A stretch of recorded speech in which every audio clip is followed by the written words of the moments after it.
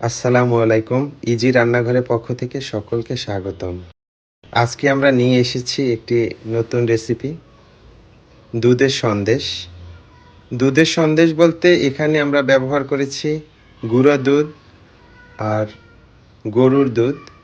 তো কিভাবে আমরা সন্দেশটা তৈরি করলাম আপনাদের সাথে একটু রেসিপিটা শেয়ার করব। আমাদের সাথেই থাকুন। আপনারা ঈদের সময় এটা একটা নতুন খাবার হিসাবে আপনাদের ঈদের যে আইটেমগুলো আছে তার সাথে অ্যাড করতে পারেন। এটা অনেকটা ভালো লাগবে এবং বাচ্চারা অনেক মজা করে খাবে। তো আমি এখানে শুরুতে একটা প্যান বসিয়ে দিলাম চুলায় এবং দিয়ে দিলাম কিছুটা বাটার।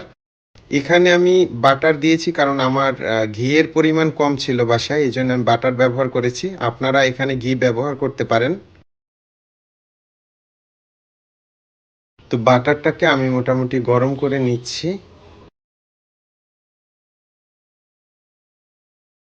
এখন দিয়ে দেব আমরা গরুর দুধ। এখানে আপনি গরুর দুধ যদি না হয়, অনেক ধরনের লিকুইড দুধ কিনতে পাওয়া যায় বিভিন্ন সুপার শপগুলোতে বা দোকানে। সেখান থেকে আপনি লিকুইড দুধটা সংগ্রহ করবেন। এখানে আমি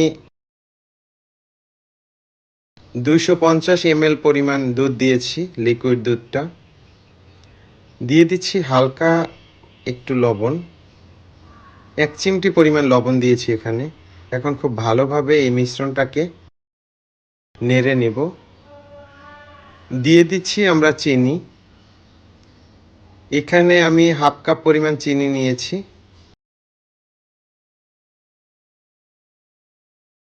চিনি, বাটার এবং দুধের মিশ্রণটাকে খুব ভালোভাবে নেড়ে নিব এবং চুলায় মিডিয়াম হিটে জাল দিতে হবে।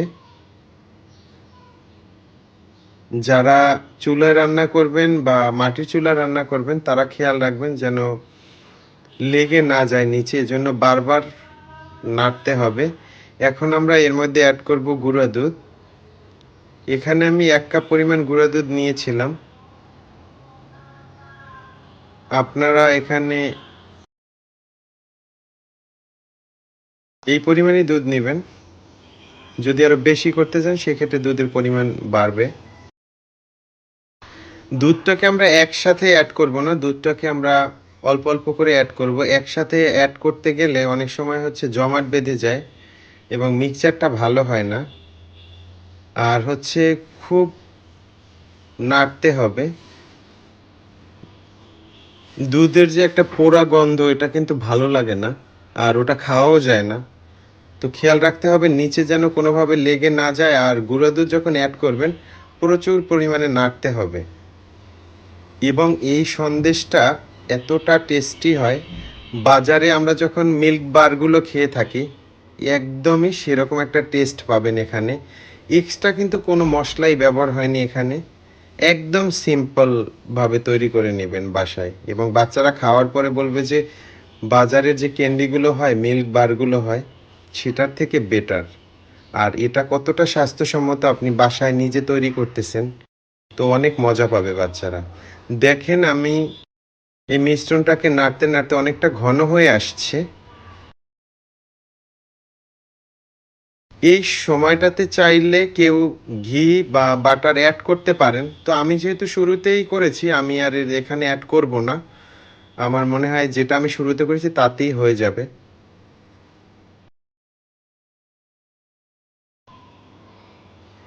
এই যে দেখেন অনেকটা ঘন হয়ে আসছে। আর এই মিশ্রণটা যখন আপনি চুলা থেকে উঠিয়ে নেবেন, ঠান্ডা করে নেবেন, তখন এমনিতেই শক্ত হয়ে যাবে।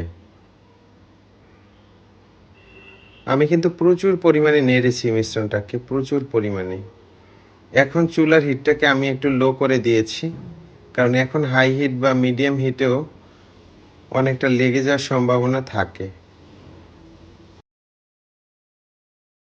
এই আইটেমটা আপনারা এবার ইফতার স্পেশাল রেসিপি হিসাবে আপনারা ঈদের দিন করলে বাচ্চারা অনেক মজা পাবে। হয়ে গেল আমাদের সন্দেশের ডোটা তৈরি হয়ে গেল।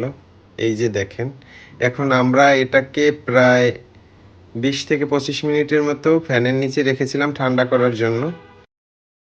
ঠান্ডা হওয়ার পরে মিশ্রণটা অনেকটা শক্ত হয়ে গেল। আমি হাতে একটু ঘি মাখিয়ে নিয়েছিলাম এখন আমরা সন্দেশটা বানিয়ে নিচ্ছি। দেখেন কতটা হেলদি, আপনি ঘরে বসে এরকম একটা সন্দেশ বানিয়ে নিচ্ছেন এবং এটা বাচ্চারা খাবে, পরিবারের লোকজন খাবে, কতটা হেলদি হতে পারে এই রেসিপিটা। আর আমি এখানে ব্যবহার করেছি কিশমিশ, আপনারা বাদাম ব্যবহার করতে পারেন, আর আমি বাদামও ব্যবহার করেছিলাম, কাঠবাদাম। তো এখানে আপনারা পেস্তা বাদাম, কাঠবাদাম বা কাজু বাদামও ব্যবহার করতে পারেন, খেতেও ভালো লাগবে, দেখতেও ভালো লাগবে। তো আমার কাছে কিশমিশ ছিল, আমি কিশমিশটা দিয়েই করে নিয়েছি। আর এতে কিন্তু পুষ্টিগুণও অনেক রয়েছে, যেহেতু দুধ দিয়ে তৈরি। এখানে 2 ধরনের দুধই ব্যবহার হয়েছে, গুঁড়া দুধের ব্যবহার হয়েছে এবং গরুর দুধের ব্যবহার হয়েছে। তো সেক্ষেত্রে এটার পুষ্টিগুণও অনেক, বাচ্চাদের জন্য তো আমি বলবো অনেক উপযোগী, এবং সবথেকে বড় কথা হচ্ছে এটা স্বাস্থ্যসম্মত একটা খাবার হবে, যেহেতু এই খাবারটা আমরা ঘরে নিজের হাতে তৈরি করছি, কোনো বাহির থেকে কেনা খাবার নয়। ধন্যবাদ জানাচ্ছি আমাদের ভিডিও যারা দেখেন, আমাদেরকে প্রতিনিয়ত বিভিন্ন কমেন্টস করেন, উৎসাহিত করেন। আপনাদের প্রত্যেকটা মানুষের ভালোবাসায় আমরা সিক্ত। আপনাদের প্রত্যেকের জন্য মন থেকে অনেক দোয়া, অনেক ভালোবাসা। আপনাদের যত সমস্যা আছে সে সমস্যাগুলো অতি দ্রুত দূর হয়ে যাক। পরিবার পরিজন সবাই মিলে আপনারা ভালো থাকেন, আল্লাহর কাছে এই প্রার্থনা করি। ভালো থাকবেন সকলে।